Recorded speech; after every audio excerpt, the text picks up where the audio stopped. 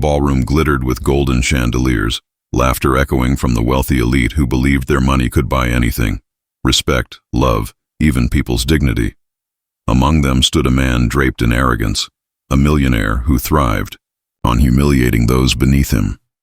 With a smirk, he turned to the quiet maid cleaning in the corner and mocked, "If you can dance the tango in front of all these people, I'll marry you." The room roared with laughter, treating it as a cruel joke. But what he, and everyone else, didn't know was that this maid carried a secret from her past, one that could silence the entire room and leave the arrogant millionaire speechless. The grand ballroom glowed like a palace of dreams.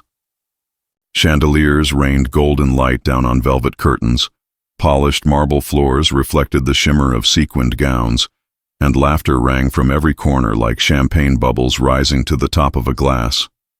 It was a gathering of wealth and power, a place where the rich flaunted their diamonds and egos with equal confidence. But at the edge of all that grandeur stood someone invisible to most, a young maid in a simple uniform, holding a silver tray, her eyes lowered in silence. She had been working in this mansion for months, always quiet, always unnoticed, except when ordered around. Tonight was no different, at least until the host of the evening, a man known as both a millionaire and a mocker, decided he needed new entertainment. Tall, sharply dressed, and dripping with arrogance, he leaned against the polished bar, scanning the room for his next victim. His name carried weight in the city, but his heart carried none. With a smirk, he set his eyes on the maid. "Look at her," he said loudly enough for the nearest guests to hear, pointing his glass in her direction. "So quiet, so serious. Doesn't she know this is a party, not a funeral?" A ripple of laughter circled through the crowd. The maid froze, clutching her tray tighter, her face pale but calm. She had endured mockery before. It was nothing new. But tonight, something sharper lingered in the millionaire's tone, a cruelty that made the air heavy. He took a few steps closer, his polished shoes clicking against the marble floor. "Tell me, little maid," he said with mock sweetness, "do you know how to dance?" The room stilled, curious eyes darting toward her. She lifted her gaze, slightly, her lips parting as though to speak, but no words came out. Before she could answer, the millionaire raised his hand dramatically and announced, "I have an idea. Let's see if she can dance the tango. Imagine it, our humble servant." In the spotlight, trying to keep up with real elegance. The guests chuckled, some covering their mouths, others openly sneering. The maid's cheeks flushed, not from shame, but from the burning heat of humiliation she had been forced to endure countless times.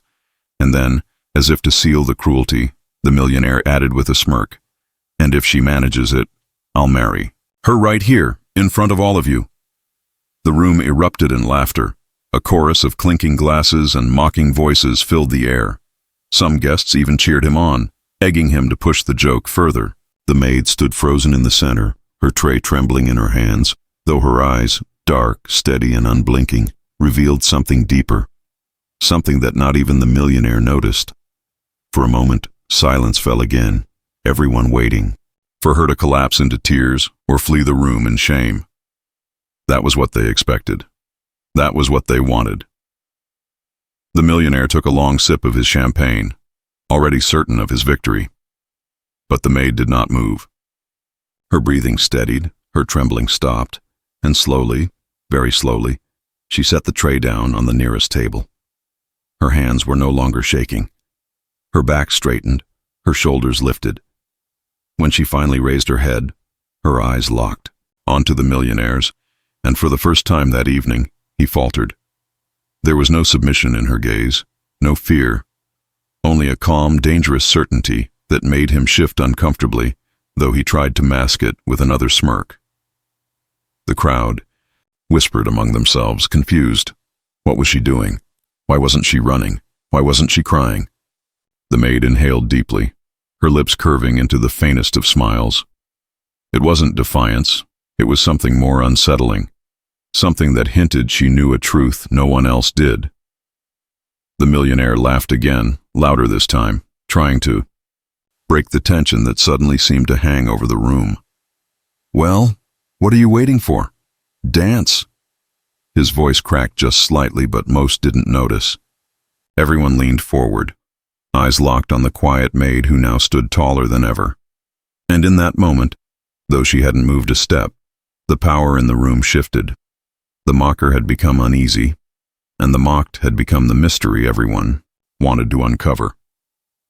And the secret she carried, the one no one in that glittering ballroom could have guessed, was about to turn their laughter into silence, and the millionaire's arrogance into the deepest regret of his life. The ballroom grew strangely still, as though even the chandeliers had stopped shimmering in anticipation. Every pair of eyes fixed on the maid, waiting for her to crumble under the weight of mockery. But instead, she took a step forward, graceful, deliberate, almost regal. The laughter that had once filled the air began to taper off, replaced by murmurs of confusion. Her calmness was unnerving, her poise unsettling. The millionaire, still smirking, waved at the orchestra. "Play something fitting," he ordered, his tone dripping with arrogance. The musicians exchanged uncertain glances, but they obeyed. A deep, sultry melody rose, the unmistakable rhythm of the tango filling the grand hall. The crowd leaned in, eager for the show. Some guests whispered cruel bets about how many steps the maid would stumble before fleeing. Others simply sipped their champagne, prepared to be entertained by her humiliation. But the maid did not hesitate. She walked to the center of the marble floor, every step as measured as though she had done this countless times before. She turned, her dark eyes glimmering with a confidence so unexpected that the room grew quieter still. Then, she extended her hand toward the millionaire.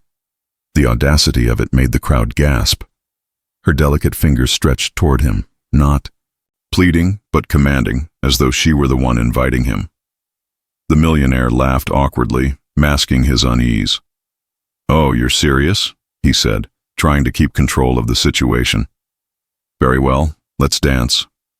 He handed his glass to a guest and strode to her side, his arrogance still wrapped around him like a cloak. He thought she was playing into his game, and he would crush her with his practiced charm. The music swelled. They took their first step, and in that instant, everything changed. Her movements were flawless, sharp, precise, and elegant in a way that no one could have imagined. With each step, each turn, she commanded the dance floor. Her body flowed like fire and silk, her footwork so intricate it stunned the crowd into silence. The millionaire, despite his wealth and lessons from private tutors, stumbled slightly, his confidence shaken. He had expected clumsiness. Instead, he was being led. Gasps escaped from the audience. Some women pressed their hands to their mouths. Men leaned forward in disbelief. The maid was no maid now. She was a dancer, an artist, a force. Every flick of her wrist, every arch of her back radiated mastery and grace that could not be taught overnight. The room, once filled with cruel laughter, now throbbed with awe. The millionaire struggled to keep up, his steps awkward against her flawless rhythm. He gritted his teeth, trying to pull the lead back into his hands, but she moved like the music itself, untouchable and unstoppable. For the first time in his life, he felt small, diminished, as though the ground beneath him no longer belonged to him. Whispers rose like a wave through the crowd. "Who is she?" someone muttered. "Where did she learn this?" Another gasped. A few older guests exchanged glances, recognition dawning on their faces as though her movements had unlocked a memory. The truth, still hidden, pressed against the edges of revelation. The dance quickened, the music building into a crescendo. She twirled with breathtaking precision, pulling him into each step as though he were nothing more than a partner swept along by her tide. Sweat trickled down his brow, his smirk long gone, replaced with a clenched jaw and darting eyes. The laughter he once commanded had evaporated, and in its place was silence, broken only by the thunder of the tango. At the final beat, she spun gracefully out of his grasp and landed perfectly still, her chin lifted, her eyes burning with quiet fire. The orchestra cut the last note, and the room erupted, not with laughter, but with thunderous applause. The same crowd that had once mocked her now clapped until their palms burned, unable to contain their astonishment. The millionaire stood frozen, chest heaving, face pale. He had thought himself untouchable, the king of every room he entered. Yet, now before his guests, he had been humbled. The maid had stolen his spotlight, his power, and turned his joke into his downfall. But even as the applause roared, a deeper question spread across the room like wildfire. Who was she really? For no ordinary maid could dance like that. And the secret she carried, the life she had hidden, was about to unravel before them all, leaving the millionaire facing not just humiliation, but the truth of who he had dared to mock. The ballroom was no longer the millionaire's stage. It belonged to her.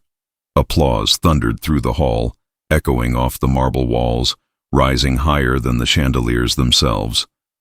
Guests rose to their feet, clapping, cheering, and even whistling. Some wiped tears from their eyes, others simply stared in disbelief. The maid, who moments ago was invisible to them, now stood in the center of their admiration, her chest rising and falling calmly, as though the dance had cost her nothing. The millionaire forced a smile, bowing stiffly to save face. Inside, however, his pride was crumbling. His mind raced with questions. How could a maid dance like that? Who had trained her? How had she stolen the spotlight that had always belonged to him? His arrogance fought to reassert itself, but the tremor in his hands betrayed him. A bold voice rose from the crowd, breaking the uneasy silence. "I know her," said an elderly man near the front. All eyes turned to him as he stepped forward, his gaze fixed on the maid. That is no ordinary servant. Years ago, she was the rising star of the National Ballet. She was called the Swan of Seville. Gasps rippled across the room. Guests whispered furiously, their eyes darting between the millionaire and the maid, now revealed to be someone far greater than anyone had imagined. The millionaire's smirk faltered completely. He remembered now, vaguely from society papers and interviews, a world-renowned dancer who had vanished suddenly, said to have retired young after a personal tragedy. He had mocked her without knowing, humiliated a woman whose name had once commanded stages across Europe. His cruel challenge had unearthed not just a secret, but a legend. The maid, no, the ballerina, lifted her chin, her eyes sweeping across the room. "Yes," she said softly, her voice carrying with unexpected strength. "I once lived on the stage, under lights far brighter than these chandeliers. But life is not always kind. Loss drove me from that world, and I chose silence. Over fame, I came here to work, to live quietly, to be unseen." She paused, her gaze piercing the millionaire. "But tonight you forced me into the light again. You tried to humiliate me, yet all you've done is reveal the truth." The room erupted again, but this time the applause was mixed with disapproval for the millionaire. Some shook their heads. In disgust, others muttered about his arrogance. He shifted uncomfortably, feeling their judgment like daggers. The man who once basked in admiration now stood exposed, his reputation cracking before his very eyes. Desperate to regain control, he laughed weakly. Well, this is all very entertaining," he said, his voice strained. "It was just a joke after all. No harm meant." But the crowd was not convinced. The applause had stopped. The whispers grew sharper. The balance of power had shifted completely, and nothing he could say would take it back. The ballerina stepped closer, her presence commanding, her every movement graceful even in stillness. "You made a promise," she said firmly, her eyes never leaving his. "In front of everyone here. You said if I danced, you would marry me." The crowd gasped, turning to see how he would answer. His throat tightened, his pride clawing for escape. He opened his mouth, searching for an excuse, but she raised her hand, silencing him. "I don't want your marriage," she declared, her voice like steel wrapped in velvet. "A vow spoken in mockery holds no value. What I want is for you to learn that wealth does not grant the right to belittle others. Dignity cannot be bought, and respect must be earned." Her words cut deeper than any rejection, striking at the very core of his arrogance. The crowd erupted into applause again, louder this time, not just for her dance, but for her strength. People began to cheer her name, her real name, the one they had almost forgotten. "The Swan of Seville," they cried. their admiration flooding the room like a tide that drowned the millionaire's pride completely. The man who once stood untouchable now stood alone, his face red with shame, his smirk gone forever. He had mocked her, but she had risen, above his cruelty, transforming humiliation into triumph. As the applause continued, she gave a graceful bow, her eyes shining with quiet victory. For the first time in years, she felt alive, not because she had been forced to reveal her secret, but because she had reclaimed her voice, her dignity, her power. The millionaire could only watch as the crowd surrounded her, not him. In that moment, he understood what it meant to truly lose. His arrogance had made him blind, and the maid he had ridiculed had become the queen of the night. Not with the wealth of the arrogant, but with the triumph of the humble and the reminder that true worth is never measured by riches, but by the strength of the spirit that refuses to be broken.